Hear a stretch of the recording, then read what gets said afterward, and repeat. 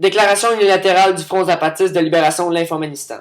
Étant attendu que les photos ici présentes montrent clairement des centres d'enrichissement d'uranium qui nous mènent à penser que Jean-René Dufort développe l'arme nucléaire pour faire exploser le stade olympique, car il a déjà publiquement appuyé une éventuelle attaque terroriste sur le stade, que des données recueillies récemment par des agents infiltrés en Infomanistan démontrent que le ridicule tue. En effet, nos éclaireurs ont pu vérifier qu'il n'y a plus personne en Infomanistan. Jean-René Dufort ne peut donc être qu'un génocidaire.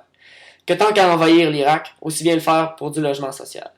Nous, membres et sympathisants du Front zapatiste de libération de l'Infomanistan, nous voyons dans l'obligation morale de libérer le peuple de la province irakienne d'Infomanistan de son sympathique despote. Si le tyran ne se rend pas de lui-même, nous nous verrons forcés de le démettre par la force le dimanche 4 novembre prochain à midi. Si Jean-René devait se rendre immédiatement, nous sommes prêts à négocier de garder une monarchie symbolique dans un système politique de démocratie directe et d'autogestion économique. En échange de la libération de leur territoire, nous demandons humblement au gouvernement irakien d'accueillir des réfugiés économiques montréalais.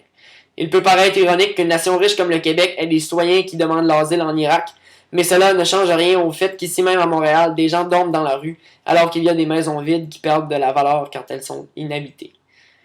S'ils acceptent ce statut de réfugié économique à certains Montréalais infortunés, nous promettons à l'Irak d'être des convives plus sympathiques que la dernière batch d'Occidentaux qui savent pas sortir qu'ils ont reçu chez eux. Nous promettons aussi de contribuer pleinement à l'économie nymphomane en commençant par remettre son unique édifice en ordre.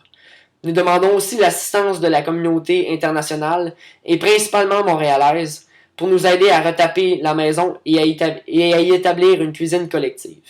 Vive l'Infomanistan! Vive l'Infomanistan libre! Déclaration lue par le subcommandante Steve le 27 octobre 2012 depuis la base secrète du Front zapatiste de libération de l'Infomanistan in an undisclosed location in Hochelaga, Maisonneuve.